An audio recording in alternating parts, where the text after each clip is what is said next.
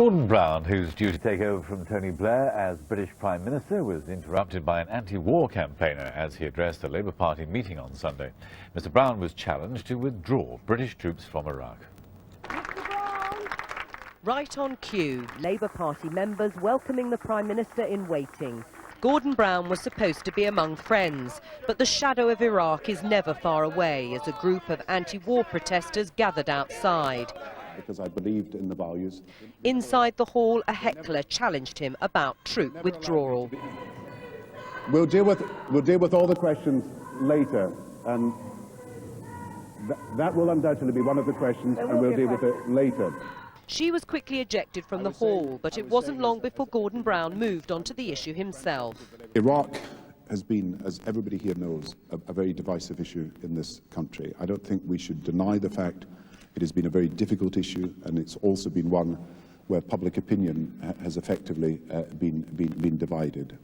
I take my responsibility as a member of the Cabinet for the collective decisions that we made, and I believe that they were the right decisions, but we're at a new stage now. That may be hard to imagine against the backdrop of almost daily violence in Iraq. 6 US servicemen and their interpreter were killed in a roadside bomb in West Baghdad yesterday. Right, good afternoon, everyone. Tony Blair, who's just returned from the country, promised Britain would continue to support the authorities in their battle against the insurgency. In Washington, the view is that a change in Prime Minister here won't necessarily mean a dramatic change in the policy towards Iraq. For the last 10 years, I've been involved in military operations. Every one of them have involved British troops. Bosnia, Kosovo, Macedonia, Afghanistan, Iraq. I would be surprised if there was any significant change in the partnership between our two militaries. Gordon Brown will no doubt be asked repeatedly about Iraq and every other aspect of government policy over the next 6 weeks. It won't be an easy conversation to sustain with party members and the public, as he tries to find new things to say without giving away detailed plans of his first 100 days in office. What is clear is that Gordon Brown has said he will soon go to the region himself to assess the situation on the ground. Jo Coburn, BBC News. And stay with us, still ahead on the programme, digging deep how Laos hopes to make these Cold War caves a top tourist attraction. A senior British police officer has warned that the increasing use of closed-circuit television cameras risks creating an Orwellian society. The Deputy Chief Constable of Hampshire Police has questioned the use of surveillance cameras in small towns and villages where there's a low level of crime. Wherever you go, whatever you're doing, the chances are someone is watching you. CCTV cameras at road junctions, on houses, on office buildings. We're used to them in cities, but now a parish council has spent £10,000 installing cameras in rural Stockbridge, a Hampshire village not noted for its high crime rate, a decision that's raised concerns that cameras are invading the countryside. If it's in our villages, now are we really moving towards an Orwellian situation where cameras are at every street corner? And I really don't think that's the kind of country that I want to live in. In his novel 1984, George Orwell envisioned a future in which the citizen was being monitored 24 hours a day. He coined the phrase, "Big Brother is watching you." Today, within yards of his front door, I counted more than 20 CCTV cameras. The UK has become the most watched nation in the world, with 4.2 million cameras. Estimates suggest that every one of us is spotted by a camera 300 times a day. I think we've got to really question every time a camera goes up, what's this information being used for? How can we as citizens access it? And is it actually doing anything to make us safer? Supporters say it is, and point out that CCTV images helped the police identify London's July the 7th bombers. I think there's a right to be left alone in a public space, but it's perfectly reasonable for the community, for its own protection, to have the kind of surveillance, and no more, than would be available if there was a police officer or a community support officer on the beat. In Stockbridge, a spokesman for the council says reaction from residents has been positive, and most don't mind Big Brother's presence if it means criminals go elsewhere. Ben Ando, BBC News. Bulgaria's first elections to the European Parliament have ended with three front-runners: the governing Socialists, the opposition Citizens for the European Development of Bulgaria, and the Movement for Rights and Freedoms, which represents Bulgaria's large Turkish minority. Heavy rain and disillusion with politics kept voter turnout low. And once again, let's bring you right up to date with our headlines so far this hour. There's been more violence in Lebanon. A car bomb in Beirut has claimed one life, and the military has suffered heavy casualties in a battle at a Palestinian refugee camp. Israel has launched more attacks in Gaza. A missile which hit the home of a Hamas leader has killed at least 8 people. British detectives investigating the July 7th bombings have charged a man with possessing an Al-Qaeda manual. It's been 10 years since the former British Foreign Secretary, Robin Cook, declared that the UK should have an ethical foreign policy. Well, a decade on, and with a new Prime Minister about to take control of the country, the British government is reviewing domestic legislation relating to arms exports. At the same time, the organisation Safer World has released a report which examines British arms exports under Tony Blair's Labour government. The findings suggest there have been numerous examples of unethical practice by the world's second largest arms exporter. Well, Claire Hickson is from that non-governmental organisation, Safer World, and I asked her to explain how exactly the British government had fallen short, according to the report. We've seen some good policy in the sense that the UK has introduced new legislation to improve the control of the arms trade and also championed the International Arms Trade Treaty globally. But we have seen that unethical practice in the sense that it's also exported to countries such as Colombia, Nepal, Indonesia, where it itself says there's issues around human rights. We've also seen things such as the Saudi inquiry being halted late last year, and also the export of the air traffic control system to Tanzania, which is a very poor country, being given exported a system which was £28 million, which is to a poor country an awful lot of money. The arms industry, of course, is a massive one, isn't it? Is this what, to some extent, an organisation like yours is up against, to try and make change? Well, I think what we found in this report is that the influence of the arms industry on the government has been a very important factor in accounting for some of these poor decisions which have undermined this policy. So, for example, again, the Saudi inquiry being halted last year, there's been a lot of reporting about the British Aerospace's role in the halting of that inquiry. So we're very concerned that that defence industry influence over the government is causing problems for that policy. So what we're looking to is obviously a new Prime Minister coming in, Gordon Brown, and him taking a different approach towards this, enforcing the policy they have and making sure that when push comes to shove, the government actually goes with its policy rather than the influence of other factors. Tell us more about that then as we expect this new British Prime Minister. What do you specifically want him to do, and how should he act then to make these changes to presumably stop these arms going to the countries that you've been talking about? Well, with this year we're seeing the Export Control Act being reviewed, so it's 3 years old and it's being reviewed now. And there's a number of loopholes in that legislation. For example, arms exporters, British arms exporters overseas, only controlled in some senses, not completely. So small arms, if they are brokering those, that's not controlled. So we want to see that loophole closed. Also, there's no current control on where, or no system for monitoring where arms are actually going to. So there's no system for making sure that what you export to a country is staying with people that it's supposed to be with. So we're looking for those loopholes to be closed, but also the government to actually implement that policy. There's no point having good policy unless you actually implement it. Claire Hickson there of Safer World.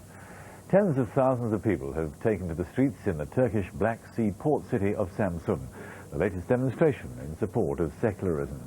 The protesters say the governing AK party has a hidden Islamist agenda, a charge that it denies. They called this a rally for the Republic, the 6th protest of its kind in just over a month. This time the venue was Samsun, the port city from where Ataturk once led Turkey to independence. It's his revolution that followed to modernize the country that these people fear is in danger. So they poured onto the streets carrying Ataturk's image and waving the national flag. We are here to show that we are proud of having a leader like Ataturk, and we are following him. We are serious followers and we are huge in number. We will do our best to protect secularism. This demonstration is for a secular Turkish Republic. I was also at the previous secularist rallies. We are here for a good and independent Turkey. These mass protests were sparked by the prospect a former Islamist was heading for the presidency. Abdullah Gül says his views have changed, but this crowd doesn't believe him or his government. Even the military has warned it will step in if Ataturk's secular republic is in danger. An early general election has been called for July instead in an attempt to avert all-out crisis. So opposition politicians are hoping to ride the wave of these protests into power. This week, two parties on the left announced an alliance aimed at attracting more votes. The missions of the meetings has been completed. Our people, my citizens, asked us to unite, and we did. Now we're expecting another union at the ballot box. Despite all this, the governing AK party is still the most popular in opinion polls. It points to a strong reform record and economy in almost 5 years in office. But in this election, it's the issue of Turkey's identity and its secularism that will dominate. Sarah Rainsford, BBC News, Istanbul. Insurance companies in California are changing the rules on home insurance policies. After a deluge of claims for damages during recent wildfires, property inspections are being introduced. Residents in high-risk areas who don't clear away brush from around their homes risk having their policies cancelled. Two Italian banks, Unicredit and Capitalia, have agreed to merge to create what's believed to be the Eurozone's largest bank. Unicredit will pay around $29 billion in shares for Capitalia. It will be valued at more than $135 billion and have 40 million customers across Europe. Top secret caves in Laos, where the Communist Command planned their strategy against the Americans during the Vietnam War, are being opened for the first time to the public. It's hoped the sites could become a tourist attraction for Southeast Asia's poorest nation. Our correspondent Bill Hayton reports now from Vientiane. Scratching a living in northeastern Laos is hard, especially for children picking bamboo shoots in the hills. In the 1960s and 70s, these hills were constantly bombed as war in neighbouring Vietnam spilled over the border. The Lao communists and their North Vietnamese allies turned the caves around Vientiane into barracks, weapons factories, hospitals, and even a theatre for entertaining the troops. This area used to be forest, but the bombs destroyed it. Some of the leaders and the security units lived here. Every day American planes would come. You can still see the craters all around, very close. Per head of population, Laos remains the most heavily bombed country ever. In a 9-year-long undeclared war, the United States dropped half a ton of bombs for every person living there. The Laos conflict was a secret war in which none of the sides played by the rules. But this was the place where the communists planned the strategy which eventually led to the final American defeat in Indochina. Once these caves were top secret, but now the government's promoting them as a tourist attraction. This was where most of the important decisions of the conflict were taken. The Communist Politburo lived on camp beds next door. The party's leader had slightly more spacious accommodation. This is the Mr. Kaison Phomihan's office. He started working here in 1964 to the end 73. So this is his children's bedroom and a nephew's bedroom, and this is his bedroom. Now the country wants to turn its violent history into a draw for visitors. Laos is the poorest country in Southeast Asia. It is poor because of long time of the war, and this is open to tourists and hope that the tourists could bring benefit for the district here. The area's remoteness, which once made it such a good place to hide, still makes life difficult. The towering limestone cliffs of Vientiane saved the communists of Laos 30 years ago. And if tourists do start to come here in large numbers, they could yet save tens of thousands of people from grinding poverty. Bill Hayton, BBC News, Viêng Say, Laos. Now, he may be the king of the ring in the Rocky films, but Sylvester Stallone's reputation has taken a battering in the Australian courts. He's been fined more than $10,500 after being convicted of importing a banned growth hormone. That's our world news. I'm Alistair Yates.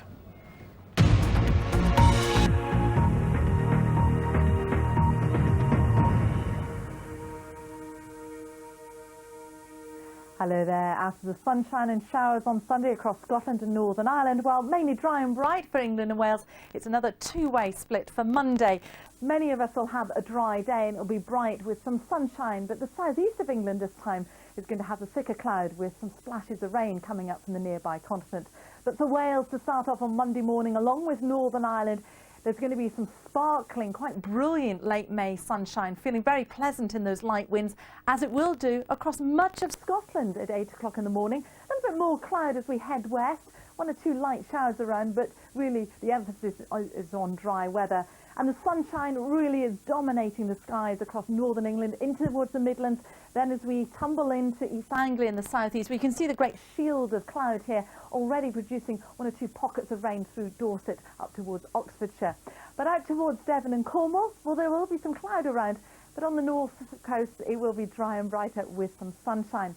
Now, for most of us through the day, it's going to be dry, it's going to be bright, there'll be lots of pleasant sunshine in those light winds, but later on in the day, some thick Atlantic cloud coming into the Western Isles, bringing some blustery winds and some rain, and we see small rain coming into parts of the southeast as well. Not everywhere will see it, and some places will be dry, but the Test cricket could be affected. But for Scotland, by late afternoon then, we've still got some pleasant warm sunshine over many parts of the country. We've got that thicker cloud with the rain and the strengthening breeze across the Western Isles. And as we head across England, well, very little cloud in evidence, so lots of sunshine here through the day, and temperatures responding up to 17 or 18 degrees, much cooler than yesterday for East Anglia and the southeast. So got the thicker cloud, the northerly wind, and the splashes of rain extending as far west as Lyme Bay. May even see 1 or 2 showers just clipping to the southern part of Cornwall, but head further north and into Wales, it's a drier, brighter story with plenty of sunshine around, and there's still lots of hazy sunshine to come through the afternoon across Northern Ireland. Now, that weather front in northwest Scotland creeps across the rest of Scotland, northern England into Northern Ireland on Tuesday. A few pockets of rain around, turning much warmer, drier and sunnier though for the southeast. And that theme continues across much of England and Wales as we head through Wednesday. And in light winds, temperatures getting up to 22, 23 degrees. Not so warm for western Scotland and Northern Ireland, where we'll have thicker cloud and some outbreaks of rain. Still some splashes of rain for parts of western and northern Scotland and Northern Ireland on Thursday. Quite blustery and cool here, but the sunshine really does pick up the warmth as we head towards the southeast. Bye for now.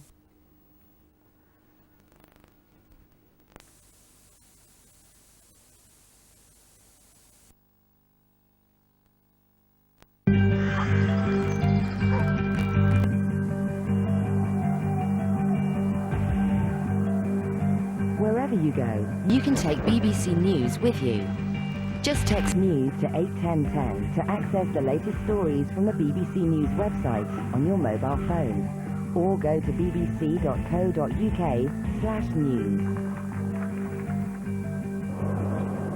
BBC News, whenever you need to know. Get pushed hard enough and you'll find you can do a little bit of good by being a little bit bad.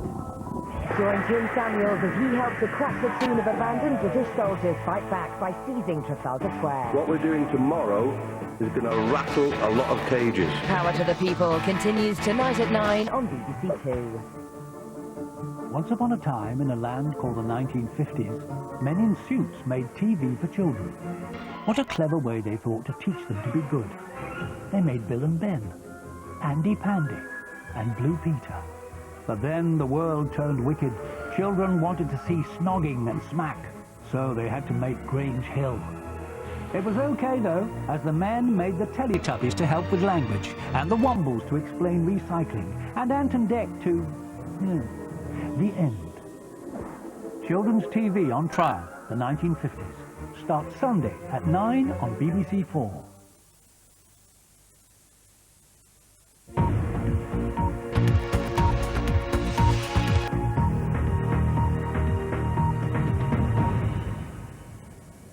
BBC News headlines, I'm Alistair Yates.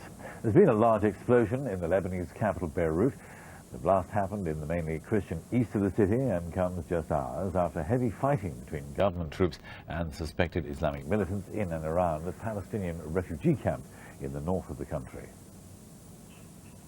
An Israeli warplane has fired a missile into the home of a Hamas leader in Gaza City, killing at least 8 people. The Israeli Defense Force says the target of the attack was a group of gunmen outside the house. British detectives investigating the July 7th bombings in London in 2005 have charged a man under the Terrorism Act. Khalid Khalid, who's 34 and from the north of England, is accused of possessing an Al-Qaeda training manual. The father of the missing 4-year-old Madeleine McCann has returned to the UK to meet the organisers of the family's campaign to find her. Jerry McCann is expected to spend just over 24 hours away from his wife Kate and their twin children.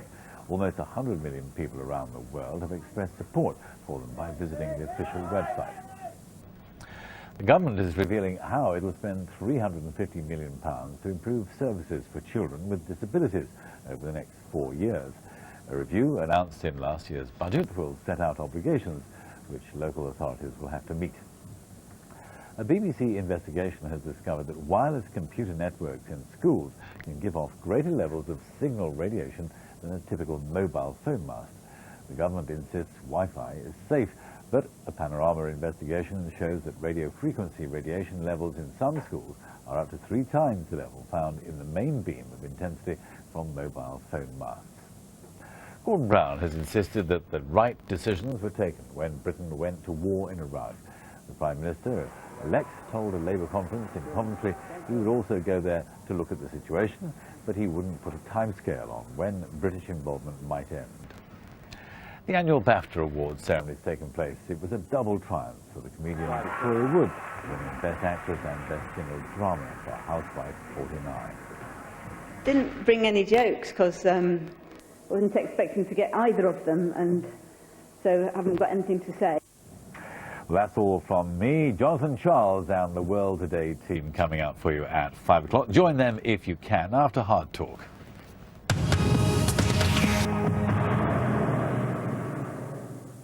We live in a material world, and we're constantly being told we need to upgrade our possessions, be it here in the kitchen or right across the home, which has given rise to a worldwide shopping phenomenon. Ikea, low-cost Scandinavian design delivered in a flat-pack box. My guest today is Chief Executive of Ikea, but is his business model truly sustainable?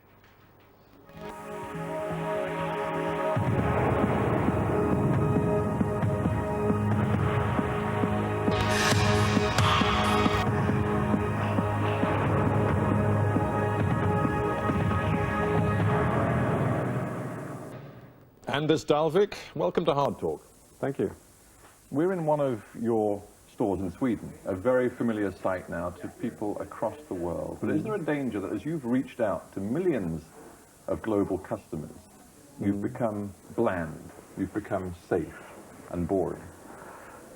I certainly hope not. Our range is changing, for instance, every year. We've changed about 30% of our range. So there's a big change in that, and we try to develop the concept all the time. I think innovation is an incredibly important part of IKEA, that we continue to innovate the concept, the range, the way we do the business all the time.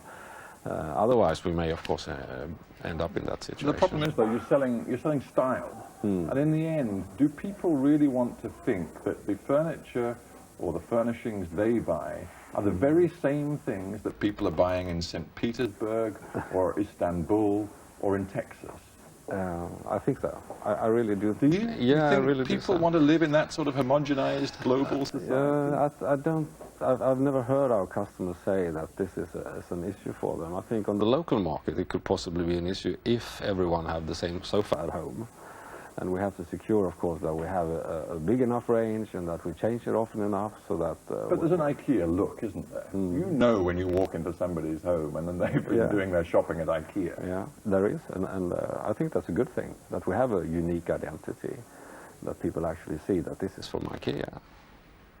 It's not just about the look, it's also about the price. Do you think there's a danger that you're too cheap?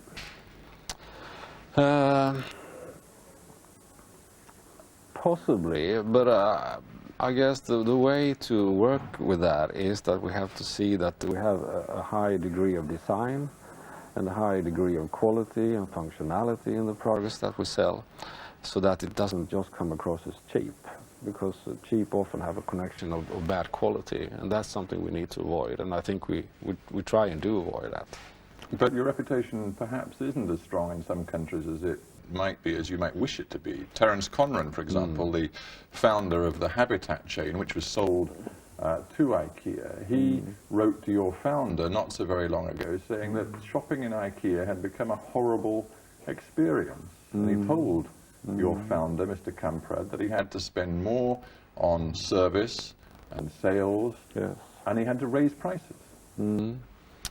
Raising prices I do not believe in. I think quite the contrary. Our vision is to be for the many people. But his point was that because you had shaved your prices to the bone, you had skimped on the service aspect, and that's why shopping in Ikea, this kind of store, had become a horrible experience. Yeah. Well, I wouldn't agree with that statement, of course. I think the low prices we have is not connected to the service that we offer. I would agree with him that our service is not up to par in many places to where we would like it to be. Your service is not up to par? Not always. I think we still have, on peak days, Saturdays, Sundays, in many of our stores, it's extremely crowded. And we have not managed everywhere to get to where we would like to be in terms of the shopping experience of our customers. I mean, I've shopped in Ikea in London on a Saturday, and it's like entering a zoo. It is a reality, unfortunately. We are, of course, doing lots of things to try to be better at that. Increasing our opening hours, expanding our stores, investing in them. I think an important aspect is that we would like to build more stores in many countries so that they can cannibalize the existing stores and through that improve the experience for the customers, especially in the UK, where we have had a pretty slow expansion over many years now, mainly due to the planning legislation in the country that has been difficult for us. Do you think it's possible for a company like yours, a globalized brand, to expand too far? Too far in what sense? In the sense that you weaken your core assets by trying to move too fast into too many very different markets. I agree, that could be a problem, and we have, therefore, we also have a philosophy, if you like, that we do not build more than about 20 stores a year. Because we are, given the size of your stores, that still is a huge annual expansion. It depends on what you compare with. If you compare with companies like Tesco or Walmart, who build hundreds of stores a year, I think it's 20 stores isn't that much. But I was just looking at something you said, or quoted as saying in one of the newspapers. You said that you want to see in Europe, for example, your penetration of the furnishings market reach the level that you already have in Sweden, which I believe is close to 20%, one-fifth of the furnishing sector. Ikea dominates.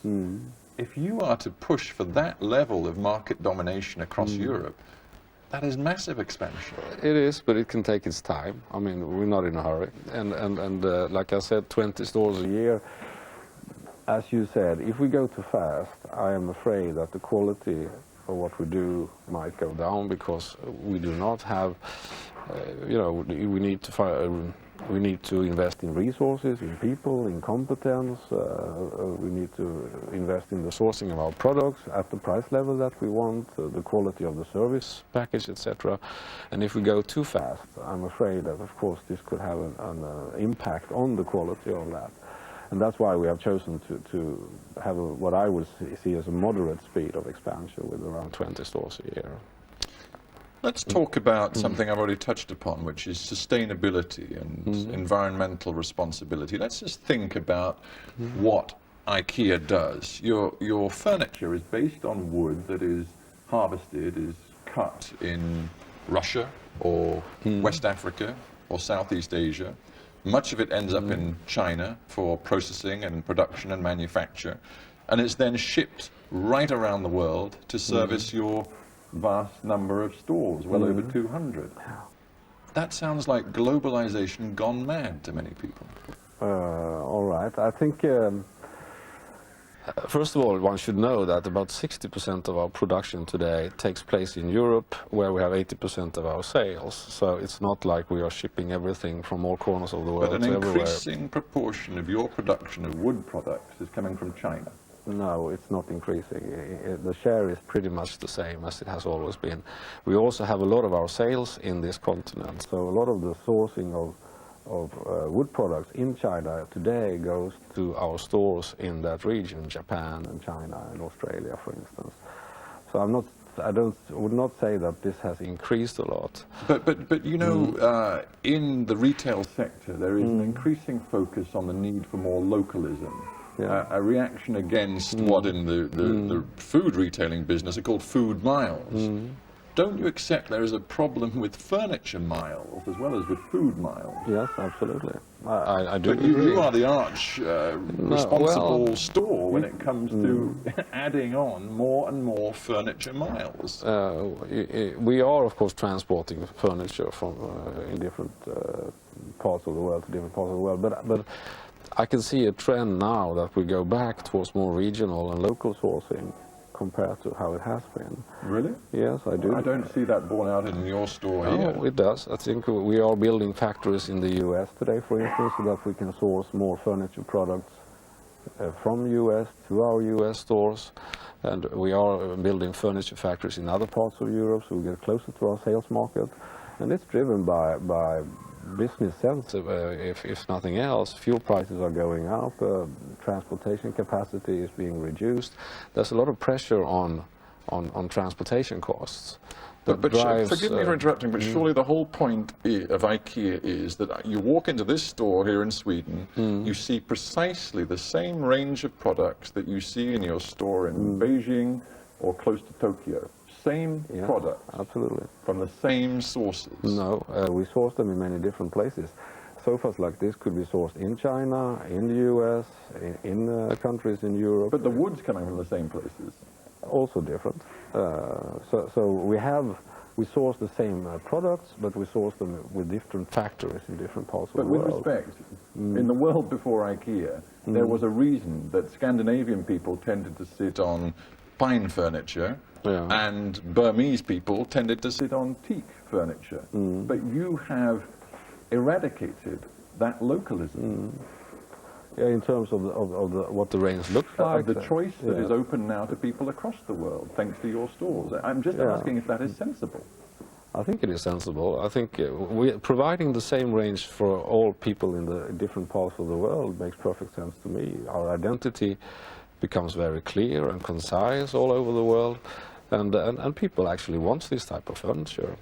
In any given country we're in, we are still perceived as a bit of a niche company. I think we may be perceived as a big company to some people, but still in any given market our market share may be 5% or something like that. There's still 5 to 10%. So there's still an enormous amount of furniture that has a very different style to ours. But still an enormous amount of furniture you still want to sell, because you're talking about getting up to 20%. That's true, of course. We have ambitions, but I still think that what we provide for people getting into these countries, if we go to China or Russia, is a very different style to what they are used to in their countries. And therefore we provide them with something new and something different to what they normally see. So you would reject this idea that furniture miles in the future may be regarded as a bad and a detrimental thing? With furniture miles, you mean transporting? Yeah, all of the transportation that goes with the service you offer. Yeah, I mean, what we want to do, of course, is to reduce the mileage, the distance that we transport our furniture over time, because, as you say, it has an environmental impact. And one way to do that is to go towards more local sourcing.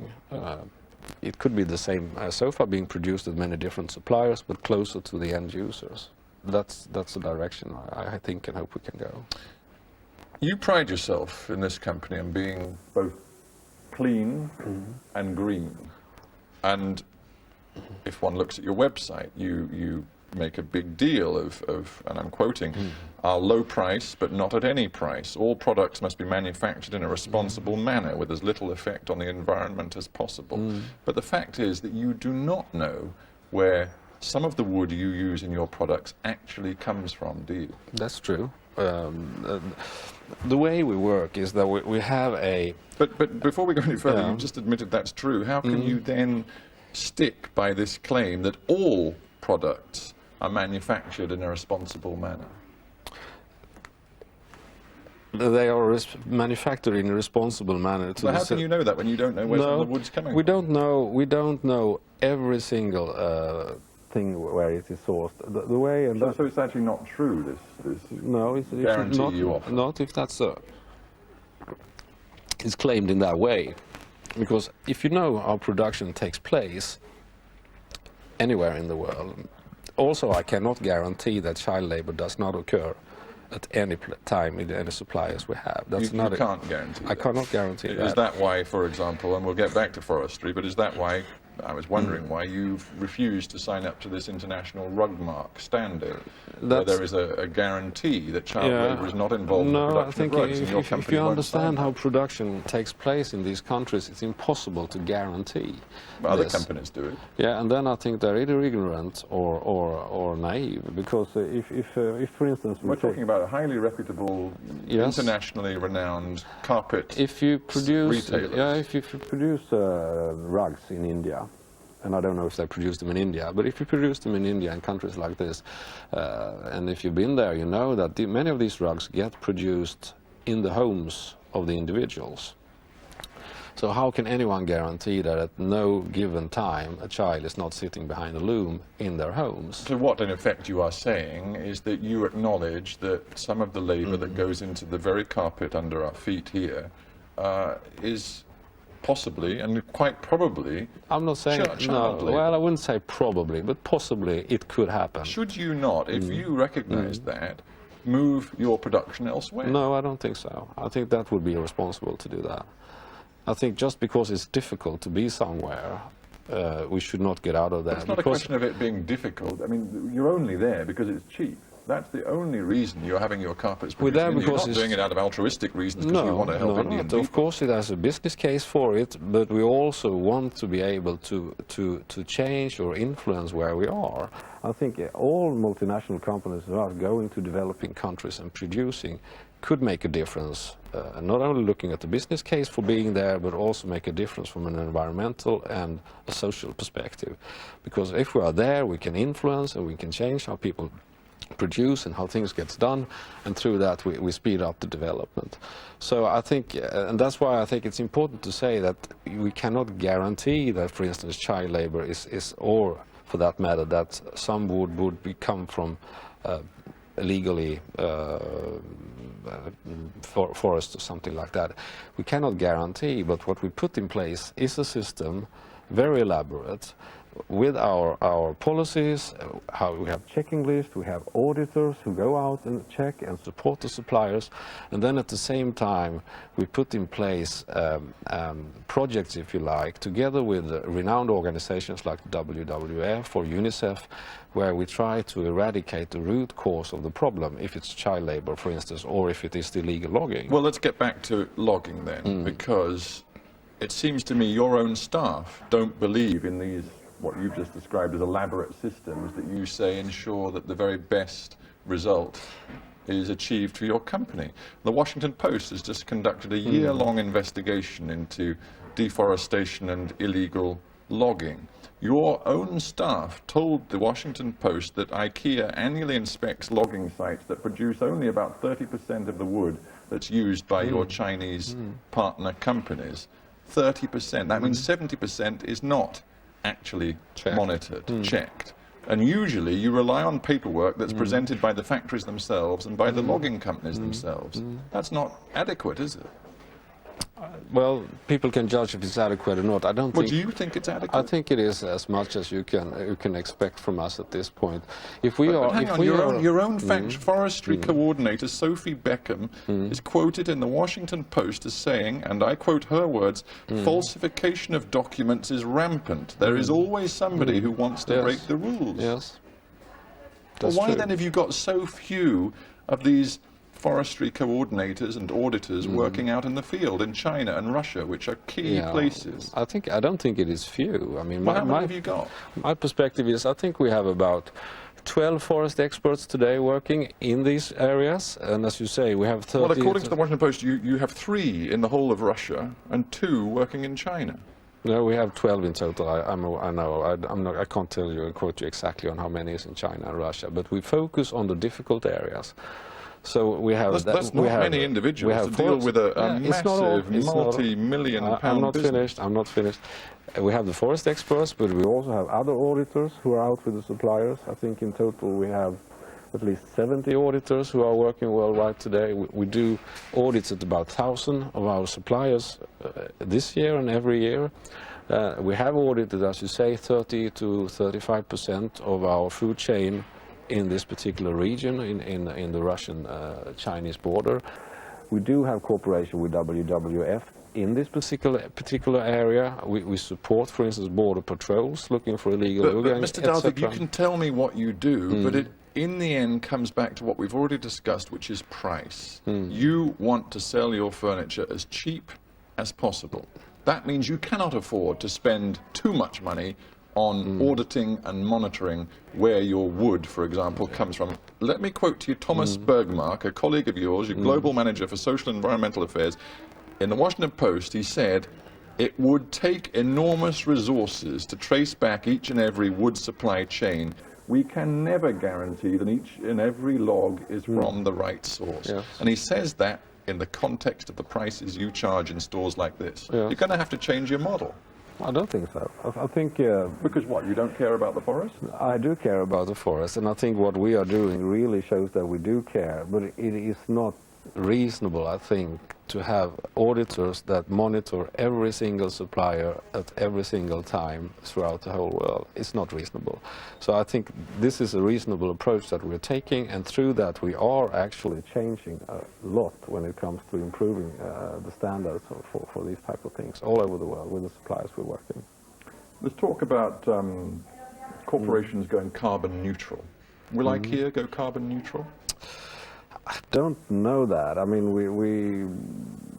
we do work within the field of global warming, of course, and carbon dioxide, CO2 emissions. But if we're going to go carbon neutral or not, we have not taken any decision on that. It's surprising you haven't really thought about it, given that other big companies like Marks & Spencer, many other retailers, are now realizing that the customer demands to know whether you have a serious plan to become, if not carbon neutral, at least much less polluting than you are now. Yes, well, we have a plan. Well, what is the plan? Well, the plan is, for instance, that we have committed to go 100% renewable energy in all our locations.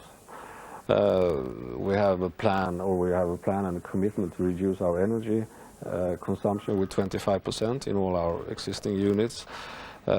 We have monitoring of our transportation companies today, how they pursue. We have public transport to our stores. A number of things are being done. And as I told you before, we are also looking into how can we regionalize, localize our sourcing to reduce the impact of transportation over time. But I will say that it's probably not enough. I think we probably need to do more. Well, it's interesting you say that, and I mentioned already the pressures that are put upon public companies, but of course you're not a public company, and you're not under the same pressures from shareholders, for example. That's true. Do you think it's time that Ikea went public? I don't think the pressure of shareholders is important here. I feel a lot of pressure from our customers and our co-workers when it comes to the environmental questions. Yes, but the point is shareholders have a stake in the company. Yes. And they have a much easier way of exercising influence and leverage. And that is what Ikea lacks. Will you go public? I don't think we lack that pressure. As I said, we will not go public. First of all, Ikea is a foundation which was set in place in the beginning of the 80s to secure the independence of Ikea over a long time, over many generations. Well, secure the independence, but also make it a very secretive organization in some ways. You do not have the same full accounting disclosure systems that public companies have to have. No, you can keep much of the information about your company very private. Is that healthy in the 21st century? I think so. Many private companies or all private companies have the same situation. But you're as one of we the do. biggest still private companies in the world. Yes, and I think it's healthy. It's healthy because there are many advantages in being private. Well, I can see there might be some advantages for you, but I'm just wondering for wider society whether it's good to have companies that can operate essentially in secret. I mean, we are not operating in secret. No, but you divulge the information you see fit to divulge. You do not have to divulge a lot of information that is necessarily divulged by public companies. That's true. And because we don't have shareholders, it's not necessary. That's right. Yeah. And I'm just asking if that's healthy. I don't think it is a problem. Anders Dalvik, thank you very much for being on Hardtalk. Thank you, Stephen. Thank you very much indeed, Andy.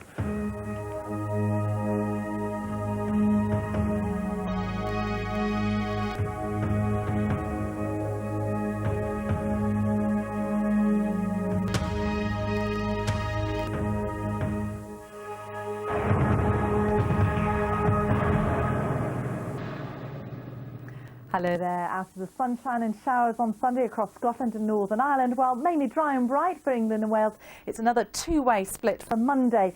Many of us will have a dry day and it'll be bright with some sunshine, but the southeast of England this time is going to have the thicker cloud with some splashes of rain coming up from the nearby continent.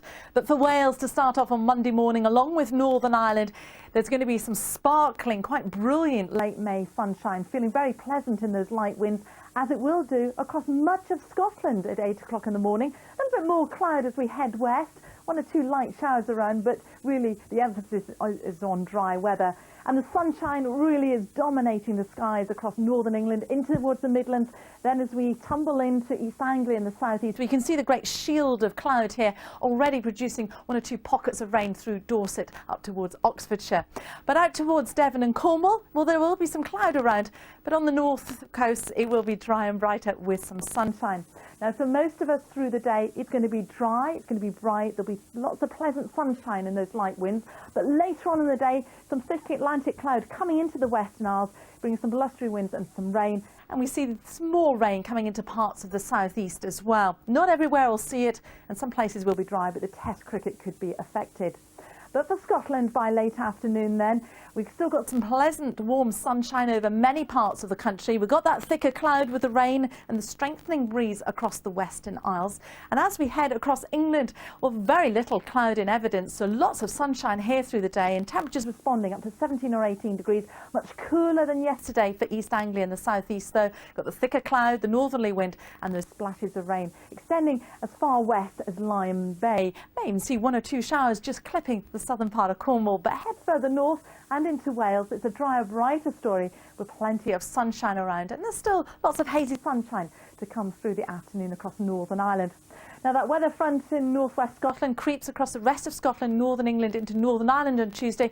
A few pockets of rain around, turning much warmer, drier and sunnier though for the southeast. And that theme continues across much of England and Wales as we head through Wednesday. And in light winds, temperatures getting up to 22, 23 degrees. Not so warm for western Scotland and Northern Ireland, where we'll have thicker cloud and some outbreaks of rain. Still some splashes of rain for parts of western and northern Scotland and Northern Ireland on Thursday. Quite blustery and cool here, but the sunshine really does pick up the warmth as we head towards the southeast. Bye for now.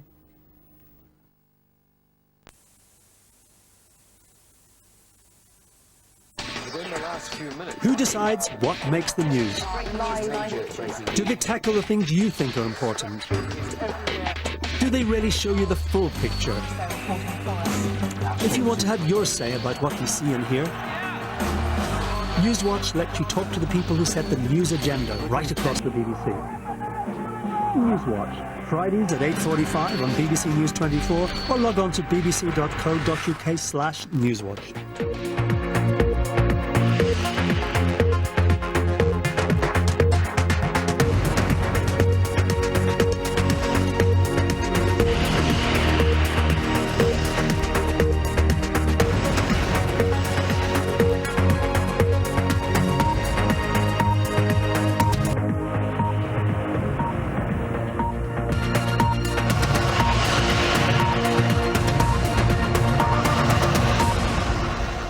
Lebanon vows further action against Islamic militants after the country's worst internal violence since the civil war. Heating up the debate, we meet the scientists who say the sun and the clouds cause global warming. And not so sly after all, film star Stallone's fined for importing banned drugs. Welcome to The World Today from BBC News. I'm Jonathan Charles. And I'm Anisha Tank. Coming up later in World Business Report, an Italian merger to create the Eurozone's largest bank, and scandal hit Siemens appoints an outsider as its new boss.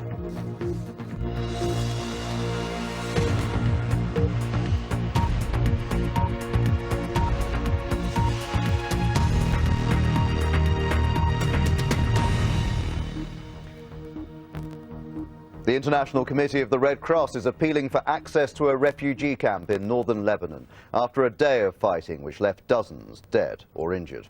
The Lebanese army clashed with the Palestinian Fatah al-Islam group, which is thought to be linked to al-Qaeda. More Lebanese troops are arriving to reinforce their positions around the camp, home to 40,000 Palestinian refugees. This report from Richard Forrest. A car park just across from a busy shopping complex in the eastern, mainly Christian district of Beirut was devastated by a big explosion. Security officials believe it may have been a bomb planted underneath or near one of the vehicles. An elderly woman was killed and at least 12 people are being treated in hospital for injuries. The blast happened shortly after Sunday's heavy fighting in and around a Palestinian refugee camp near the port city of Tripoli in the north of the country. Government troops bombarded the Nar al-Bared camp with the help of tanks and heavy artillery. They say they were targeting suspected members of the Fatah al-Islam, an Islamic militant group allegedly linked to al-Qaeda. Officials accused the group of being funded by the Syrian government. The information available to us indicates that among the militants killed today were key leaders who have carried out and have been preparing to execute further attacks.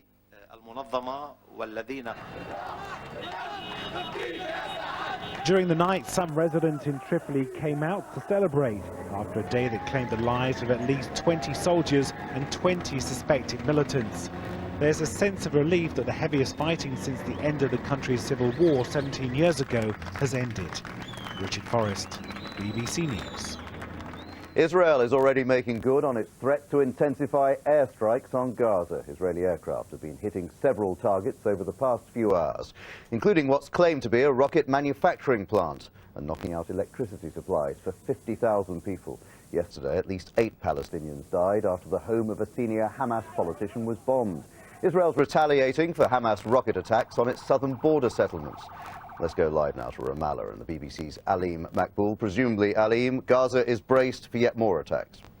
Yes, absolutely. Yesterday, after a cabinet meeting, Prime Minister Olmert promised that Hamas would pay a very heavy personal price for the rocket attacks into Israel over the last week or so.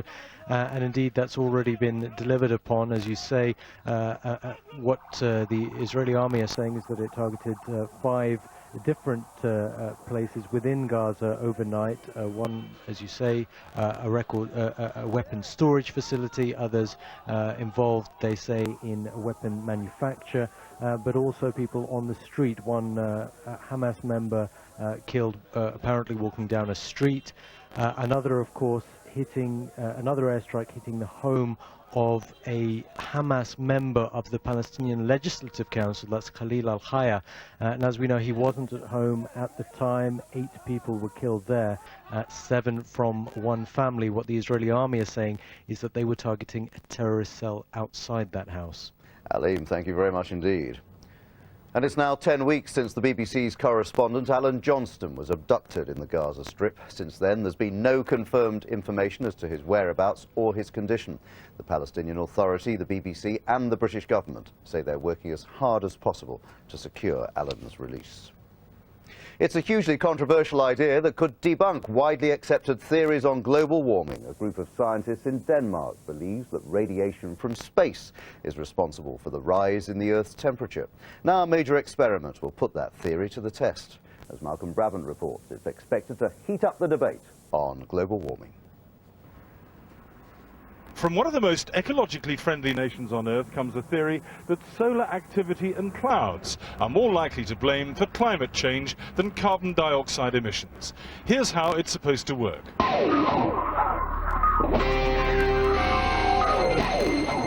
A supernova explodes in deep space, accelerating electrically charged particles that penetrate the Earth's atmosphere. According to scientists at Denmark's Space Center, these particles are the seeds that form clouds because they attract water molecules from the air. Clusters bond until they condense into clouds. All of a sudden it looks as if changes in cosmic rays also make a change in the Earth's cloud cover. And clouds are very important for the energy budget of the Earth because the net effect is that they cool the planet. So if you have more cosmic rays, you get more clouds and it gets colder. And that's the way we think it affects climate. The other key component is solar activity. During high periods of magnetic activity around the sun, fewer cosmic rays containing the all-important particles penetrate the atmosphere. And so there are fewer clouds and the world gets hotter. Low solar activity has the opposite effect. What the scientists here aren't absolutely sure about is how much climate change is affected by activity out in space and how much is caused by carbon dioxide emissions. But what Professor Svensmark is certain about is that solar activity is highly volatile, and if it goes according to historical patterns, what we could have in a few years' time is not global warming, but global cooling. This display is supposed to replicate how cosmic rays are produced. Watch for lines tracing through the molecules. Critics say the Danish theories are tenuous, but more and more scientists and institutions are beginning to study the importance of clouds, and their work could have an important bearing on how the issue of climate change is regarded in the future. Malcolm Brabant, BBC News, Copenhagen. Police in Pakistan have detained about 40 Islamic students amid continuing tension over 2 policemen being held hostage at a mosque in Islamabad.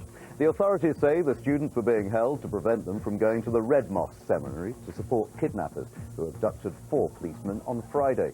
2 of them are still being held there. A kidnapped Colombian woman has escaped following a gun battle between her captors and police. Diana Pena was abducted with her Swedish husband from their farm in the north of the country last Wednesday. 2 of the kidnappers were killed in the gunfire. The World Food Programme is warning that aid supplies to 1 million people in Somalia are under threat because of piracy. The WFP's highlighting its concerns after a ship was